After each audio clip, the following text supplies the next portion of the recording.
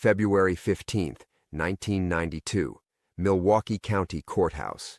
Jeffrey Dahmer had already confessed to 17 murders. The courtroom was packed with families of the dead. Judge Margaret Chen's 74-year-old mother sat in the front row, as she had every day of the trial. That's when Dahmer turned, looked directly at Dr. Helen Chen, and spat in her face. The bailiffs moved. The gallery erupted. But Margaret Chen didn't flinch. She stared at the monster who had just humiliated her mother and spoke 5 words that would haunt Milwaukee forever. Dr. Chen, please stand up. What happened next revealed a secret that 3 families had died to keep buried. A conspiracy that reached from the psychiatric ward to the judge's bench, and a mother's guilt that had been eating her alive for 2 years. Before we jump back in, tell us where you're tuning in from, and if this story touches you, make sure you're subscribed because tomorrow I've saved something extra special for you. The hook. Dr. Helen Chen rose slowly from her seat, Dahmer's saliva still glistening on her cheek. The courtroom held its collective breath as the elderly psychiatrist faced her daughter across the mahogany expanse of justice. Margaret had presided over this bench for 23 years, but she had never seen her mother look so small, so fragile, so utterly defeated. Your Honor, Helen's voice cracked like autumn leaves. I believe there's been a misunderstanding.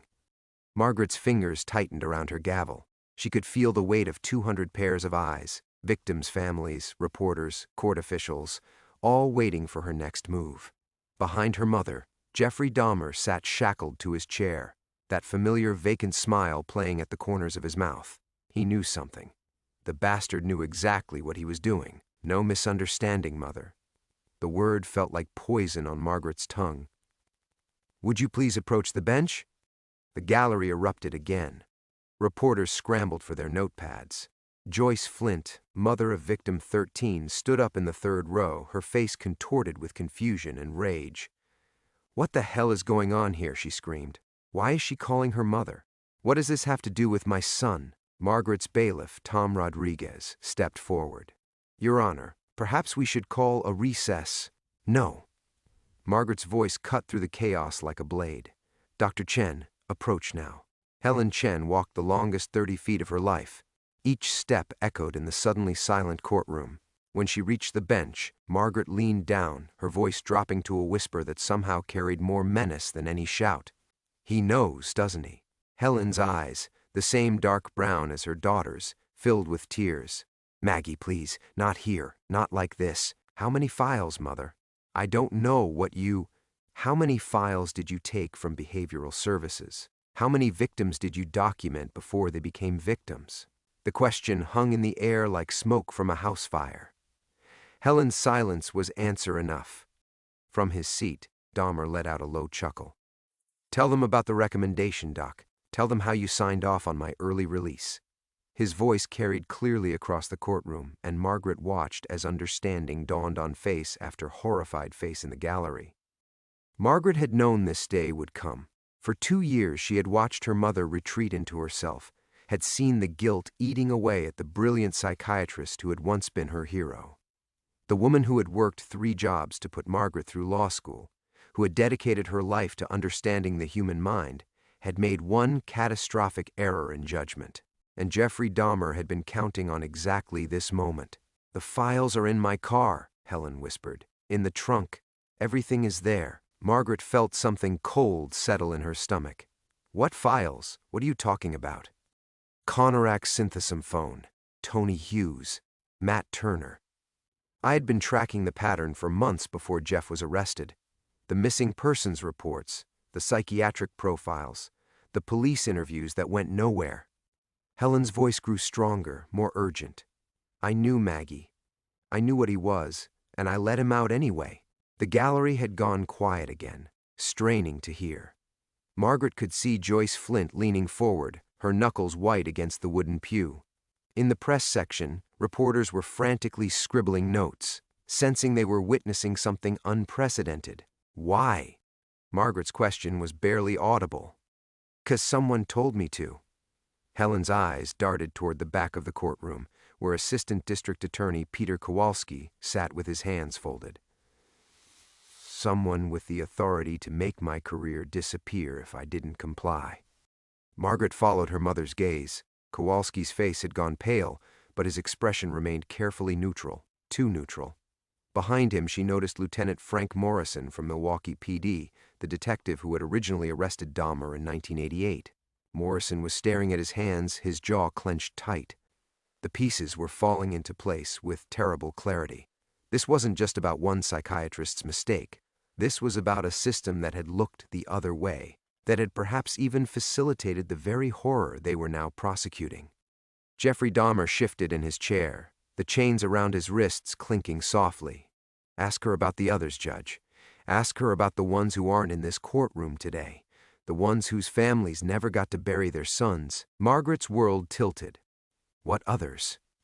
Helen Chen closed her eyes. When she opened them again, they held the weight of unspeakable knowledge. There are 17 more files in my trunk, Maggie. 17 missing persons cases that were never investigated. 17 young men who disappeared in the months before Jeffrey's arrest. The gavel slipped from Margaret's fingers, clattering to the floor with the sound of falling justice. She realized that her mother hadn't just recommended Dahmer's release. She had been documenting his hunting grounds. The sound of the fallen gavel echoed through the courtroom like a gunshot, but Margaret barely heard it. Time seemed suspended in amber, each second stretching into eternity as she stared at her mother's weathered face. The familiar laugh lines around Helen's eyes, lines that had appeared during Margaret's childhood, carved by bedtime stories and birthday celebrations, now looked like cracks in porcelain, ready to shatter at the slightest touch. 17 files. Margaret's mind reeled backward, grasping for memories that suddenly felt poisoned. She thought of the Sunday dinners at her mother's house on Prospect Avenue, how Helen would sit at the kitchen table after the dishes were cleared, surrounded by manila folders and patient notes. "Just catching up on paperwork, sweetheart," she would say whenever Margaret asked. The smell of her mother's jasmine tea mixing with the scent of ink and paper, the quiet scratching of her pen late into the evening. Had those files contained the names of the dead? "Your Honor?" Tom Rodriguez's voice cut through her paralysis. Her bailiff stood at the edge of the bench, his hand hovering over his radio. 26 years on the force had taught him to recognize the moment when order collapsed, and Margaret could see in his eyes that he was preparing for the worst. She forced herself to look at the gallery. Joyce Flint was still standing in the third row, her mouth open in silent horror. Behind her, other family members were beginning to understand what they had just heard. Margaret could feel their confusion transforming into rage, a palpable heat rising from the wooden pews like summer asphalt. In the press section, cameras were clicking with increasing frequency. She caught sight of Dana Kremski from the Milwaukee Journal-Sentinel, her pen moving furiously across her notepad. This would be front-page news by tomorrow. Judge's mother involved in Dahmer case. The headlines wrote themselves. But it was the faces of the victims' families that broke Margaret's heart. These people had come here seeking justice, closure, some small measure of peace after months of unimaginable grief. Instead, they were learning that the system they trusted had not just failed their children, it had actively enabled their deaths. Margaret's gaze found Dahmer again. He sat perfectly still in his orange jumpsuit, hands folded in his lap, that infuriating half-smile never wavering. She had seen that expression before, during voir dire, during opening statements, during the parade of horrific testimony that had filled her courtroom for weeks. It was the look of a man who held all the cards and was enjoying watching everyone else realize they were playing a rigged game. "Dr. Chen," Margaret said, her voice sounding foreign to her own ears, "you will remain in this courtroom. Bailiff Rodriguez, I want a security detail on those files immediately." Helen nodded, her shoulders sagging as if the admission had drained whatever strength had been keeping her upright. Margaret noticed how her mother's hands trembled as she gripped the edge of the witness stand. Those same hands had braided Margaret's hair for school pictures, had signed report cards, had held her during thunderstorms when she was afraid the world was ending. Now they were stained with blood she had never directly spilled. The irony wasn't lost on Margaret that she was sitting in Judge Franklin Morrison's old chair. Frank Morrison, whose son, Lieutenant Frank Morrison, was currently staring at his shoes in the back of the courtroom. The Morrison family had served Milwaukee's justice system for 3 generations. Frank Sr. had presided over some of the most important civil rights cases of the 1960s from this very bench. His legacy was supposed to be about justice, progress, making the system work for everyone. What would he think of what his son had apparently done? Margaret thought of her own legacy, carefully built over 2 decades of service. She had been the youngest woman ever appointed to Milwaukee County Superior Court. She had fought for victims' rights legislation, had mentored young attorneys, had earned a reputation for fairness and integrity that opened doors throughout the state. There had been talk of the Wisconsin Supreme Court, maybe even federal appointments. All of that was about to crumble. But as she looked at her mother, this brilliant, broken woman who had raised her alone after Margaret's father died, who had sacrificed everything to build a better life for her daughter, Margaret realized that careers could be rebuilt, reputations could be repaired. The 17 young men in those files would never come home. "This court will stand in recess for 30 minutes, Margaret announced, her voice cutting through the mounting chaos. "All parties will remain in the building. No one enters or leaves without my express permission." She stood, her robes feeling heavier than they ever had before, and looked one last time at Jeffrey Dahmer. He was watching her with genuine interest now, as if she had finally done something worthy of his attention. "Your Honor," he said softly, his voice carrying clearly in the sudden hush, "I think your mother would like to tell you about the phone calls." Helen Chen's face went ashen. Margaret's blood turned to ice water. What phone calls? The courtroom, already balanced on the razor's edge of chaos, seemed to inhale collectively. Even the reporters stopped scribbling, their pens suspended above notebooks as if frozen by the weight of whatever revelation was about to unfold. Helen Chen gripped the witness stand rail so tightly her knuckles went white. "Maggie, please." "What phone calls, Mother?" Margaret's voice carried the authority of 2 decades on the bench, but underneath it was something else, the desperate plea of a daughter watching her world disintegrate in real time. Dahmer leaned forward in his chair, the chains around his wrists clinking with deliberate slowness. "Should I tell her, Doc? About the midnight conversations? About how you knew exactly where I was hunting?" His smile widened, revealing teeth that seemed too white, too perfect for the monster behind them. "About how you helped me choose?" The words hit Margaret like physical blows. Around the courtroom she could hear sharp intakes of breath, a muffled sob from somewhere in the gallery. Joyce Flint's face had gone chalk white, her hand pressed against her mouth as if she might be sick. Helen's voice, when it finally came, was barely above a whisper. "He started calling me 6 months after his release. Said he was having urges, needed guidance." Her eyes met Margaret's across the courtroom, and in them Margaret saw a grief so profound it seemed to have hollowed her mother out from the inside. "I thought I was helping. I thought I was preventing." "Preventing?" Assistant District Attorney Kowalski shot to his feet, his carefully maintained composure finally cracking. "Dr. Chen, are you saying you had ongoing contact with the defendant after his release?"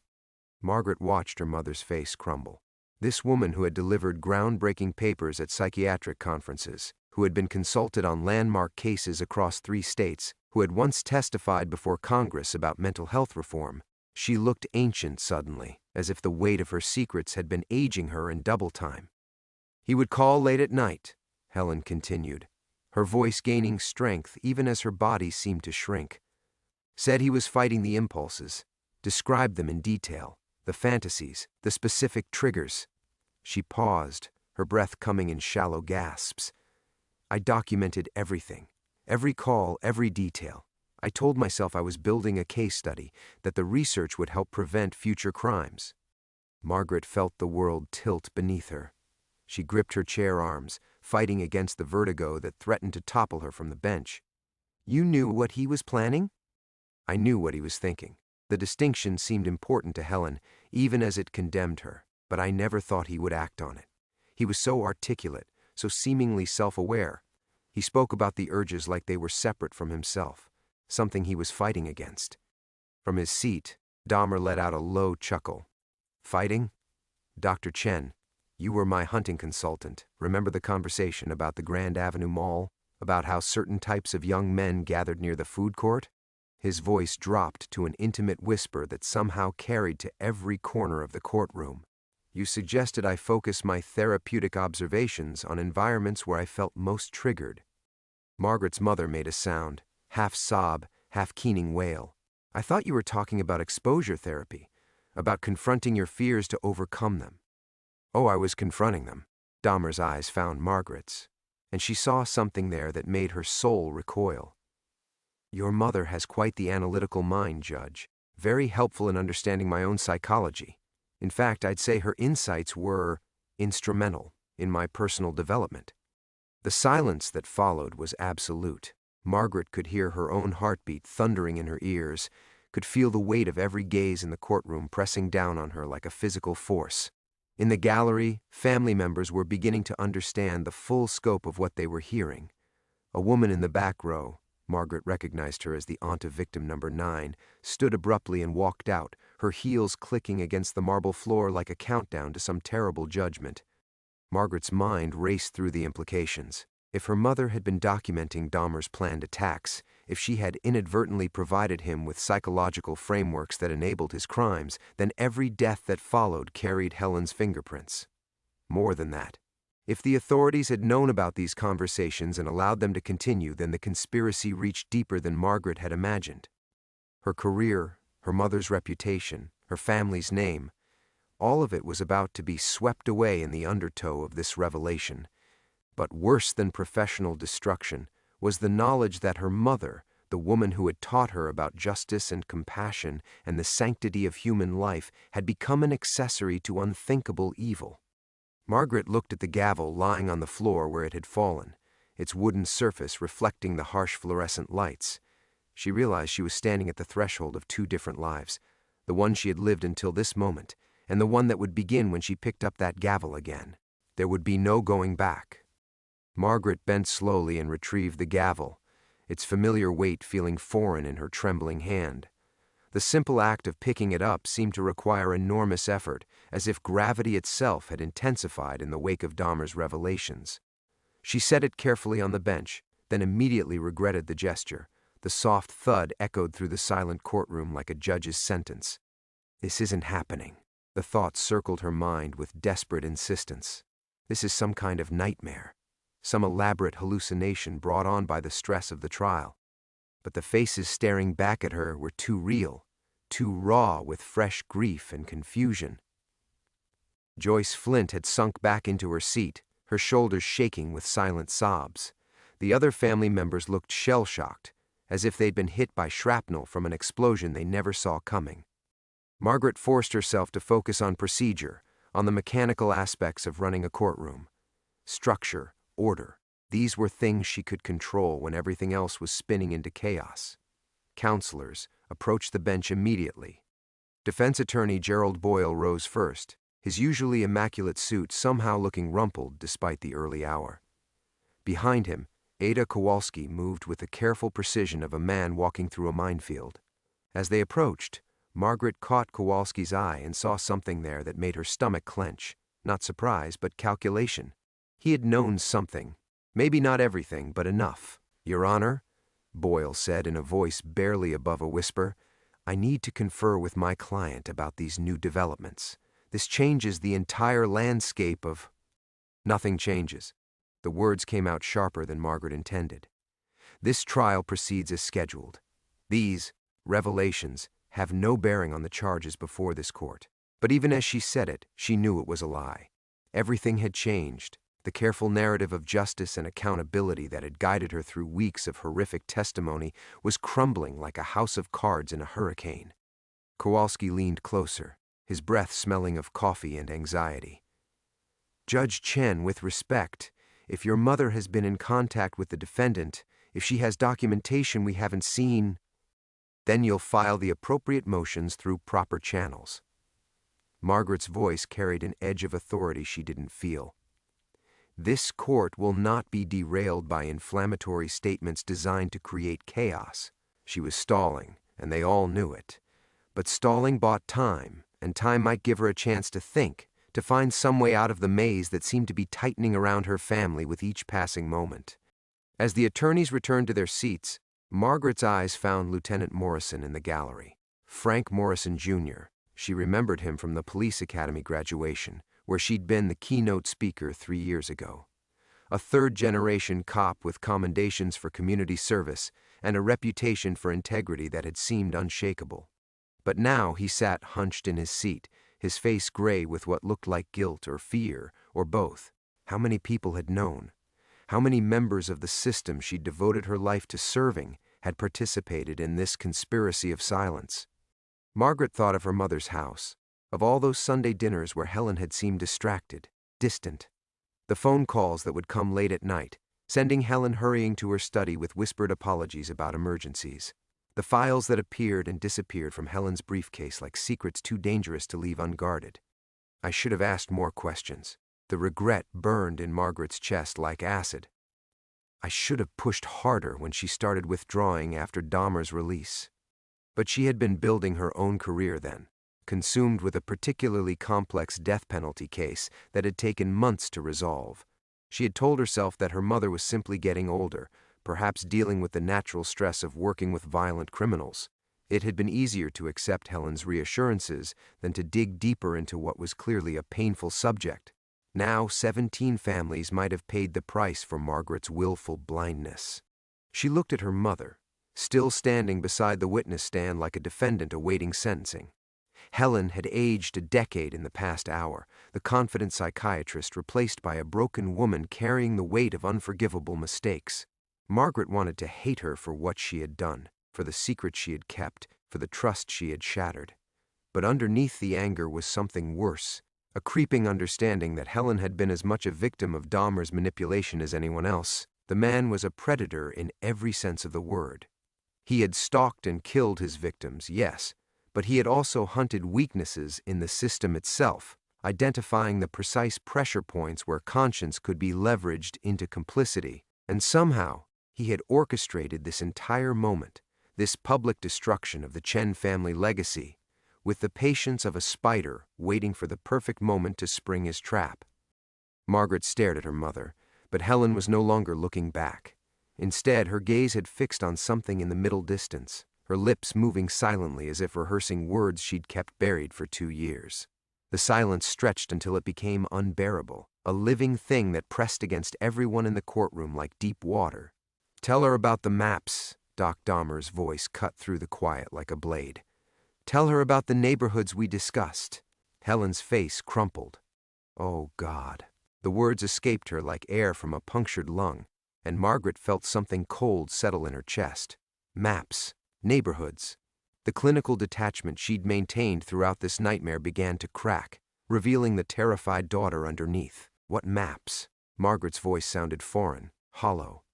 Helen's hands shook as she reached into her jacket pocket, withdrawing a small leather notebook that Margaret had seen her carry for years. She'd always assumed it contained patient notes, medication schedules, the mundane details of psychiatric practice. Now it looked like evidence of something far more sinister. "He said he needed help understanding his geographic triggers," Helen whispered. "Certain areas of the city where his fantasies became more intense. I thought we were mapping psychological territory for therapeutic purposes." She opened the notebook with trembling fingers. But he was so specific about the locations, the apartment buildings near Marquette, the bus stops downtown, the clubs. Margaret watched her mother's face transform as the full scope of her manipulation became clear. This wasn't just about missed warning signs or professional misjudgment. Helen had been turned into an unwitting accomplice, her expertise weaponized against the very people she'd sworn to protect. From the gallery came a sound Margaret would never forget. Joyce Flint's raw animal keen of grief. "You helped him find my boy." The accusation hung in the air like smoke. Margaret wanted to defend her mother, to explain that Helen had been deceived, manipulated by a predator whose psychological sophistication had fooled trained professionals for years. But the words died in her throat because underneath Joyce Flint's rage was a truth that couldn't be argued away. Helen's guidance, however well-intentioned, had made Dahmer more efficient. "The notebook contains everything," Helen continued, her voice barely audible. "Every conversation, every location he mentioned, every detail about his selection criteria. She looked up at Margaret with eyes full of devastation. I kept telling myself it was research, that understanding his psychology would prevent future crimes. But reading it now, she closed her eyes. I gave him validation. I made his thoughts feel scientific, legitimate. Margaret's mind reeled through the implications. If Helen's notes contained that level of detail, they wouldn't just be evidence of professional misconduct. They would be a roadmap to conspiracy charges, federal charges, the kind that would destroy everyone they touched, from Helen all the way up to whoever had authorized the continued contact. She thought of her father, dead 15 years now from a heart attack that Helen always blamed on the stress of his legal practice. William Chen had been a public defender, the kind of lawyer who took on impossible cases because he believed everyone deserved representation. He'd taught Margaret that the law was a sacred trust, that their family's privilege came with the responsibility to protect those who couldn't protect themselves. What would he think of what his wife and daughter had become? Dahmer shifted in his chair, the movement drawing Margaret's attention back to him. His expression had changed, becoming almost thoughtful. Dr. Chen was particularly helpful when I explained my theory about loneliness, he said conversationally.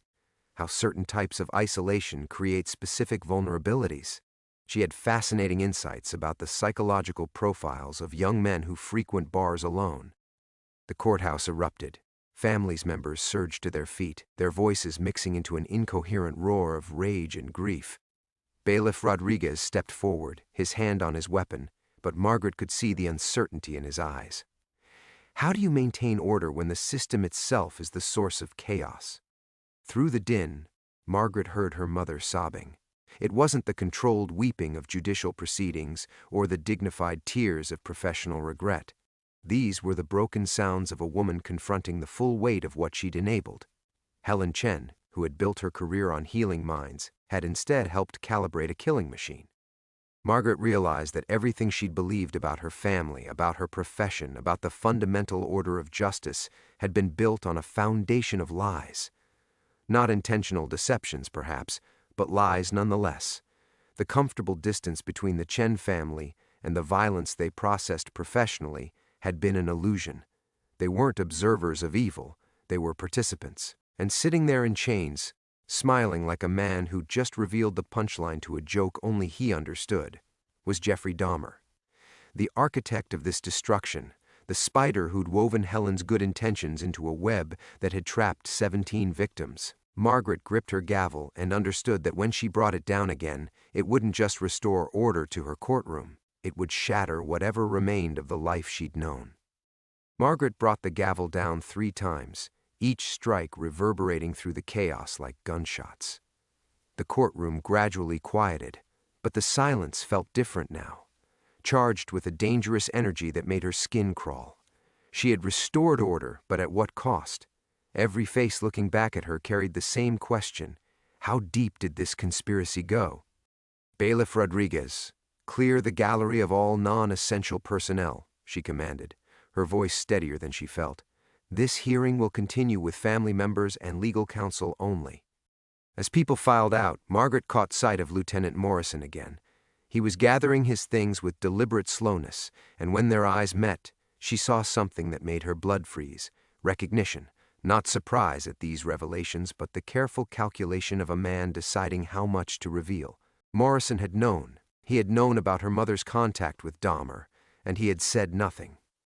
The realization hit her like a physical blow. If Morrison knew, then others in the department knew. If others in the department knew, then someone higher up the chain had made a conscious decision to let Helen's sessions with Dahmer continue. They had turned her mother into bait, using her genuine desire to help as cover for some larger investigation or surveillance operation. Margaret's hands began to shake as the full scope of her family's betrayal became clear. They hadn't just been kept in the dark, they had been used.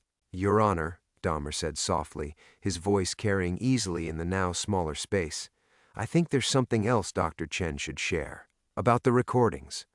Helen's notebook slipped from her fingers, hitting the floor with a soft thud that sounded like a coffin closing. "Jeffrey, please." "Recordings?" Margaret's voice cracked on the word. "What recordings?" Helen's face had gone ash white. She looked like a woman watching her own execution, powerless to stop the blade from falling. I was told it was standard procedure for high-risk cases, that all patient contacts should be documented for safety reasons. The breath left Margaret's lungs in a rush. Recordings, audio evidence of every conversation, every detail Helen had shared, every piece of guidance that had helped Dahmer refine his hunting methods. Evidence that would prove beyond doubt that Helen had been an active participant in planning the murders, however unwittingly. But worse than that, if Helen had been told to record the sessions, then someone had been listening.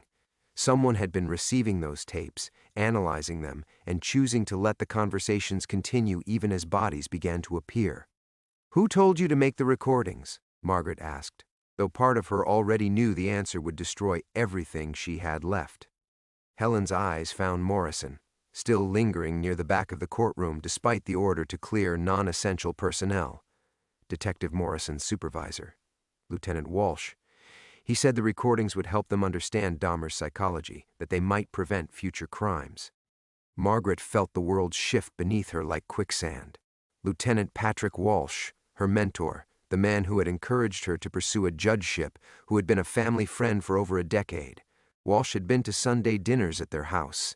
He had comforted Helen after William's death, had walked Margaret down the aisle at her wedding 5 years ago when her father couldn't, and he had turned Helen into an unwitting accomplice to mass murder. Dahmer was watching her face with obvious delight, savoring each moment of her realization. "You're beginning to understand, aren't you, Judge? The scope of your mother's cooperation, the careful planning that went into each encounter." His smile widened. "Your family wasn't just observing the system, you were part of the machinery." "Shut up," Margaret whispered, but the words had no force behind them. "Think about it," Dahmer continued, his voice taking on the tone of a professor delivering a lecture. "How many coincidences would it take? A psychiatric evaluation that led to early release, follow-up sessions that happened to provide tactical guidance, police surveillance that always seemed to arrive just after the fact." He leaned forward slightly, his chains clinking. "Your mother didn't just enable me, Judge. She was part of a beautiful, intricate system designed to study me in my natural habitat." The notebook on the floor seemed to pulse with malevolent energy. Margaret stared at it and understood that everything inside would confirm Dahmer's claims. Helen's careful notes, the recordings, the maps, all of it evidence of a conspiracy that had used her mother's compassion as camouflage for something unspeakable. 17 young men had died, not because the system had failed, but because it had worked exactly as designed. Margaret looked at her mother, still standing beside the witness stand like a scarecrow, and felt something break inside her chest. Helen wasn't a doctor anymore, wasn't even really her mother. She was evidence, a witness whose testimony would unravel decades of corruption and reveal that justice itself had been perverted into an instrument of horror. And Margaret was the judge who would have to decide how deep to dig, how many lives to destroy in the pursuit of truth. The gavel felt impossibly heavy in her hand. Margaret set the gavel down gently, afraid that if she gripped it any tighter, it might shatter in her hand. The courtroom had become a tomb, silent except for her mother's ragged breathing and the distant hum of fluorescent lights that suddenly seemed too bright, too harsh for the darkness that had settled over everything.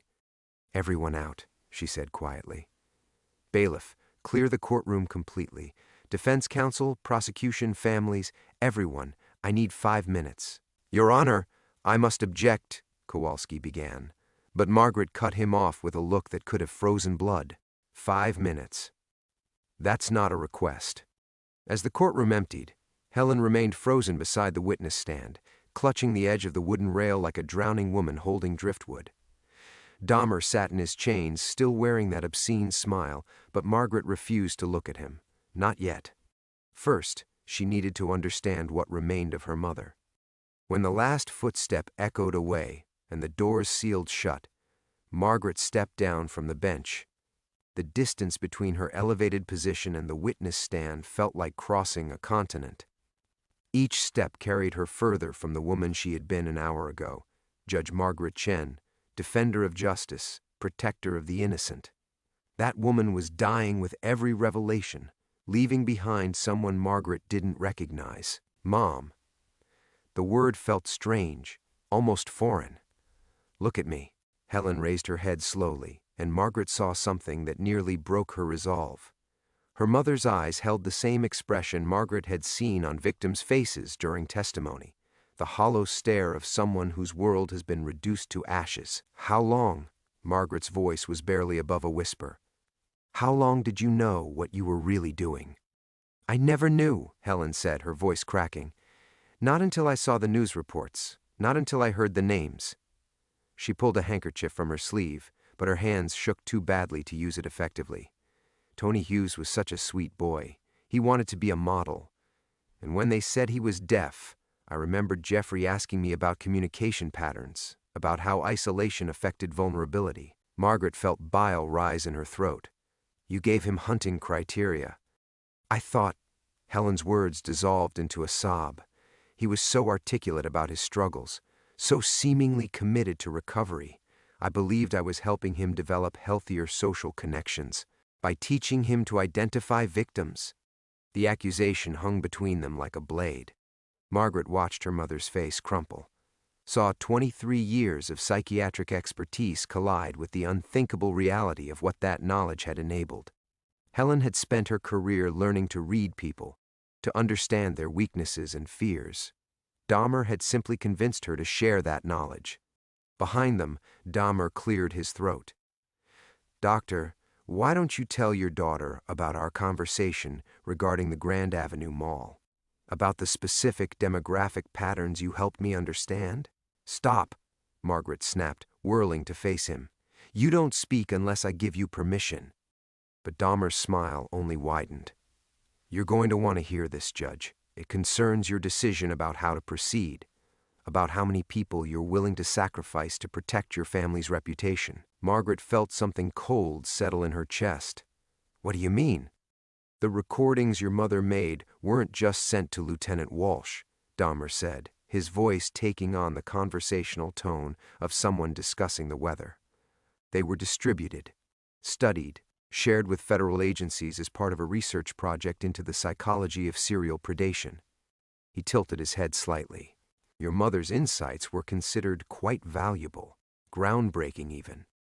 The words hit Margaret like physical blows. Federal agencies, research projects. Helen's unwitting guidance hadn't just enabled Dahmer, it had become part of a broader study, possibly informing investigations nationwide. The implications stretched beyond Milwaukee, beyond Wisconsin, reaching into a conspiracy that could involve dozens of cases, hundreds of victims. Margaret looked at her mother, who had gone so pale she seemed translucent. Tell me he's lying. I don't know, Helen whispered. Walsh said the recordings would help develop psychological profiles for law enforcement training. He said they might save lives. She laughed bitterly. I was so proud. I thought I was contributing to something important. Margaret closed her eyes and tried to calculate the scope of the destruction.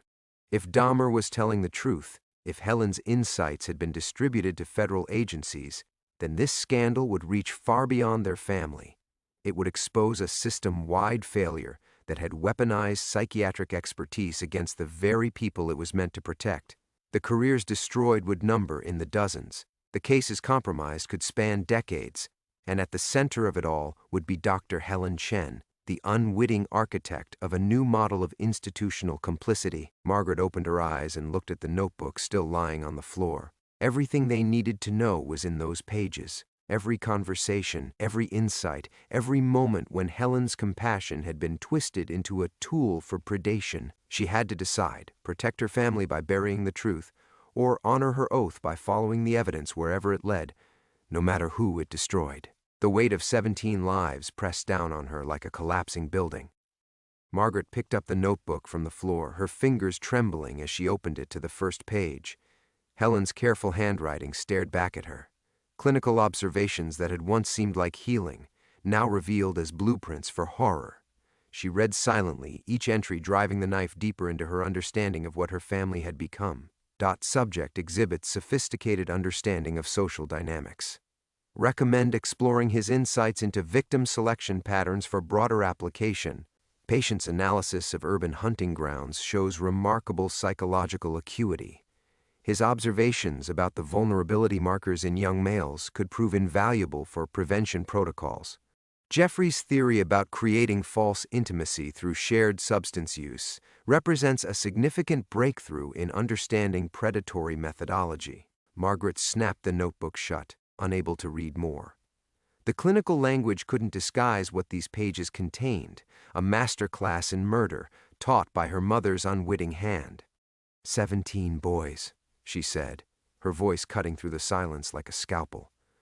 17 families who will never be whole again because you thought you were helping. Helen's face crumpled completely. I know. God help me, I know. But you don't know, do you? Margaret's anger flared white-hot, purifying in its intensity. You still think you were a victim in this. You still think your good intentions matter more than their deaths. Margaret. No. Margaret turned to face Dahmer directly for the first time since the truth had emerged. His smile faltered slightly under her gaze, and she saw something flicker behind his eyes, uncertainty, perhaps even fear. You made one crucial mistake. Dahmer's chains clinked softly as he shifted. And what's that, Judge? You thought destroying my family would break me. You thought watching my mother's shame would make me weak. Margaret stepped closer, her voice dropping to barely above a whisper. But you've only shown me exactly who I need to be. She walked back to her bench with measured steps, each footfall echoing in the chamber like a countdown. When she reached her chair, she remained standing, looking down at both Dahmer and her mother with equal gravity. Bailiff Rodriguez, please return to the courtroom. I'm ready to proceed. The doors opened, and court personnel filed back in, followed by the lawyers, then the families. Margaret waited until everyone was seated before she spoke again, her voice carrying to every corner of the room. This court recognizes that evidence of additional crimes has been presented during these proceedings. Evidence that suggests a conspiracy extending far beyond the defendant's individual actions. She paused, meeting the eyes of families members who had trusted the system to protect their children. Dr. Helen Chen's cooperation with this investigation, however unwitting, has potentially compromised dozens of cases and enabled the deaths we are here to address today. Joyce Flint rose from her seat. What does that mean? What happens now? Margaret felt the weight of her oath settling around her shoulders like a mantle. It means I am ordering a full investigation into the conduct of Dr. Chen, Lieutenant Walsh, and any other personnel who participated in or authorized the continued contact between Dr. Chen and Mr. Dahmer. This investigation will be conducted by the State Attorney General's office, with federal oversight if warranted. Helen's sharp intake of breath was audible throughout the courtroom, but Margaret didn't look at her mother. She couldn't afford that distraction now. Furthermore, Margaret continued, I am directing that Dr. Chen's notebook and all related recordings be preserved as evidence and turned over to the investigating authorities immediately. She lifted her gavel, feeling its weight differently now, not as an instrument of personal power, but as a tool of justice that demanded sacrifice. The Chen family's relationship to this case ends here. I am recusing myself from all further proceedings related to Mr. Dahmer's sentencing. Dahmer's smile had vanished completely. He leaned forward in his chair, his expression shifting from predatory satisfaction to something approaching panic. Judge, you don't understand what you're doing. The investigation will destroy innocent people. The investigation will find the truth. Margaret cut him off. Something you never expected to face. She brought the gavel down once, the sound echoing like a gunshot through the chamber. This hearing is adjourned pending assignment to a new judge. Mr. Dahmer, your attempt to corrupt these proceedings through emotional manipulation has failed. The law will proceed without regard for your psychological games. As court officers moved to escort Dahmer back to his cell, he turned one last time to look at her. The mask had finally slipped completely, revealing not the sophisticated predator he'd presented himself as, but something smaller and more pathetic, a man whose greatest weapon had been turned against him. Margaret remained standing until he disappeared through the doors, then slowly sank into her chair. Around her, the courtroom buzzed with whispered conversations and the rustle of movement as people began to leave. Helen approached the bench hesitantly. "Margaret, Dr. Chen," Margaret said formally. "You should contact an attorney." The words hung between them like a final judgment, severing the last thread that connected Judge Margaret Chen to the woman she had been before this moment. She had chosen justice over family, truth over comfort, and the weight of that choice would follow her for the rest of her life. But 17 young men would finally have the justice they deserved. The courtroom emptied slowly, like water draining from a broken vessel. Margaret remained at her bench long after the last footstep faded, staring at the empty witness stand where her mother had confessed to unwittingly orchestrating 17 deaths. The fluorescent lights hummed overhead, casting harsh shadows across wooden pews that had witnessed the unraveling of everything she once believed about justice, family, and her own purpose. Helen lingered near the gallery's back row, her purse clutched against her chest like armor. She seemed smaller somehow, as if the weight of truth had compressed her bones. Margaret watched her mother's reflection in the polished brass nameplate that read, "The Honorable Margaret Chen," a title that felt foreign now, earned through sacrifice she was only beginning to understand. "Mom." The word escaped before Margaret could stop it, carrying 20 years of Sunday dinners, birthday cakes, and bedtime stories. Helen turned, hope flickering across her features like candlelight in wind.